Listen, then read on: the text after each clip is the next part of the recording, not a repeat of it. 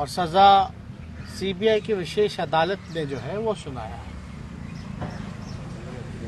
अदालत के फैसले पे हम कोई टिप्पा टिप्पणी नहीं करेंगे, बल्कि हमने पूर्व में भी ये बोला था कि जो भी न्यायालय का फैसला है उसका पालन होना चाहिए।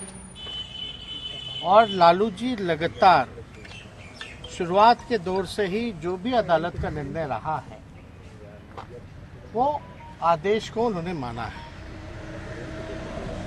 अब बात रही लालू जी की सजा को लेकर के, तो इसको लेकर के हमने पहले भी कहा कि ये विशेष अदालत है, सीबीआई की अदालत है, और ये this is not the last judgement, ये कोई अंतिम फैसला नहीं है। इसके ऊपर जो जुडिशियल स्ट्रक्चर जो होता है, हाई कोर्ट होता है, सुप्रीम कोर्ट होता है। हम लोग लगातार इस बात को हम लोगों ने हाई कोर्ट में भी चैलेंज किया है, और मुझे पूर्ण विश्वास है कि निचली अदालत का जो फैसला है हाई कोर्ट में बदल जाएगा। लालू जी के पक्ष में ये फैसला आएगा। अब 5वें मामले में सजा सुनाई गई है।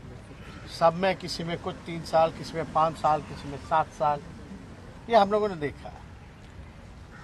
लेकिन सीबीआई या ईडी या इनकम टैक्स जो इंस्टीट्यूशन हैं, उन लोग लगातार जो है एक मामले को उन्होंने स्प्लिट किया। केस मुकदमा एक ही है, कॉन्स्पिरेसी का चार्ज है, और 6 मामले अलग अलग बनाए गए, जो कि देश में इतिहास में पहली बार ऐसा हुआ। हम तो बोल रहे जब से आज़ादी हुई तब से ऐसा फैसला हुआ ही नहीं कभी। फिर भी हम लोग जो आदेश का पालन हम लोग करते हैं। लेकिन आप ये देखिएगा कि आज़ादी से अब तक चारा घोटाला, हम कहते कि अब तो सजा हो गई, भूल जाइए। और घोटाले कौन कौन से भाई? कितने घोटाले हुए देश में? अरे देश की छोड़िए, बिहार में बताइए कि उसके बाद से कोई घोटाला ही नहीं हुआ क्या? लगभग 80 घोटाले हो गए। Where is CBI? कहाँ है सीबीआई?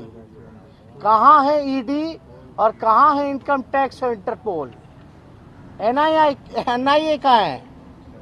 हम तो पूछना चाहते कहाँ है भाई? कितनी तेजी! और देश में केवल एक ही नेता, एक ही घोटाला। गजब की एजेंसी है भाई, पीठ थपथपा रही है। ये तो तोता का काम करती है, इसमें तो हमको बोलने की जरूरत नहीं है। लालू जी थोड़े से क्या सक्रिय हुए बेचारे। आप सब लोग जान रहे हैं कि तबीयत उनकी खराब थी, है भी। वो तो राष्ट्रीय अधिवेशन था तो उसमें उनको रहना ही था। थोड़ी सी क्या सक्रियता हुई। अब तो 24 का ज्यादा दिन चुनाव का बचा है नहीं ना, तैयारी तो अभी से शुरू है। यूपी चुनाव के बाद लोकसभा की तैयारी हो जाएगी, तो थोड़ी सी सक्रियता आती है। और सीबीआई जो है विजय माल्या जी को भूल जाती है, नीरव मोदी जी को भूल जाती है, ललित मोदी जी को भूल जाती है, मेहुल चौकसी भाई को भूल जाती है। कुछ दिन पहले 23,000 करोड़ रुपए लेकर के भागे, उनको भूल गई। अरे ये देश से कैसे बाहर चले गए? हमको हनीमून पे जाना था, मेरे लिए लुकआउट नोटिस था। हमको कोर्ट से लुकआउट नोटिस हटवा करके बाहर जाना पड़ा। हमने कौन सा अपराध किया था जो हम पे भी लुकआउट नोटिस था? हम तो कहना चाहते हैं भाई, इन